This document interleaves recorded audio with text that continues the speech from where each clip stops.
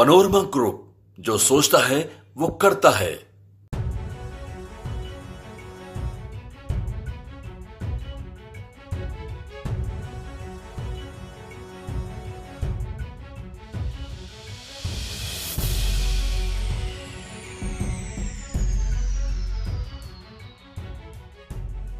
नमस्कार, news for nation देख रहे हैं आप। मैं हूं रश्मि श्रीवास्तव आपके साथ। बिहार विधानसभा चुनाव की सुगबुगाहट तेज हो गई है।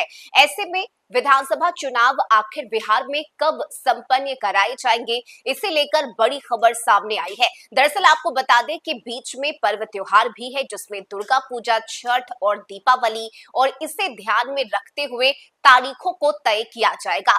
चुनाव आयोग की तरफ से तैयारी अभी से ही शुरू कर दी गई है। एक तरफ जहां मतदाता सूची के पुनर्निरीक्षण का काम चल रहा है, तो वहीं बिहार में अब ये बड़ी खबर सामने आ रही है, जहां अक्टूबर के महीने से चुनाव की प्रक्रिया को शुरू किया जाएगा। और देखिए, इस बार चुनाव कितने चरणों में किए जाएंगे, ये भी एक बड़ा सवाल है, और इसे लेकर चुनाव आयोग की तरफ से बड़ी जानकारी भी दी गई है। दरअसल आपको बता दें कि इस बार के विधानसभा चुनाव की घोषणा अक्टूबर के आरंभ में होगी, और इसके साथ ही अधिसूचना जारी हो जाएगी। अक्टूबर के अंतिम सप्ताह में और नवंबर के प्रथम सप्ताह में मतदान होना है।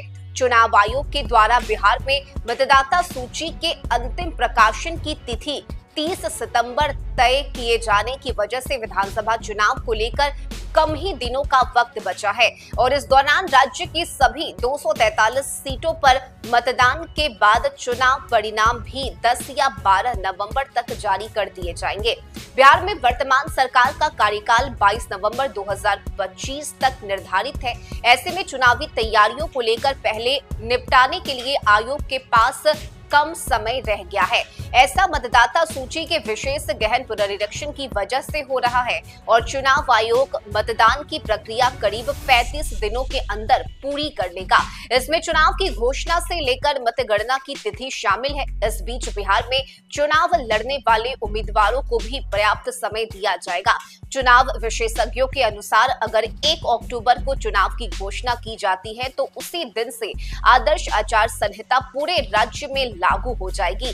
5 अक्टूबर को चुनाव के पहले चरण की अधिसूचना जारी होने पर 7 दिनों तक यानी कि 12 अक्टूबर तक नामांकन का समय मिलेगा।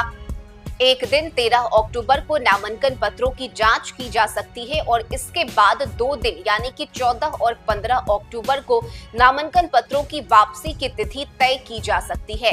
इसके बाद 15 या 16 दिनों के अंतराल पर 30 और 31 अक्टूबर को प्रथम चरण का मतदान हो सकता है। दूसरे चरण वाली सीटों पर चुनाव की अधिसूचना 10 अक्टूबर को भी जारी की जा सकती है, तो मतदान 5 नवंबर तक संपन्न हो जाएगा। इसके बाद सभी चरणों के चुनाव के वोटों की गिनती 10 नवंबर के पूर्व की जा सकती है। यानी इस बार के चुनाव को 2 चरणों में संपन्न कराए जाने की तैयारी चुनाव आयोग की तरफ से की जा रही है, और चुनाव आयोग मतदान की प्रक्रिया करीब 35 दिनों के अंदर पूरी कर लेगा।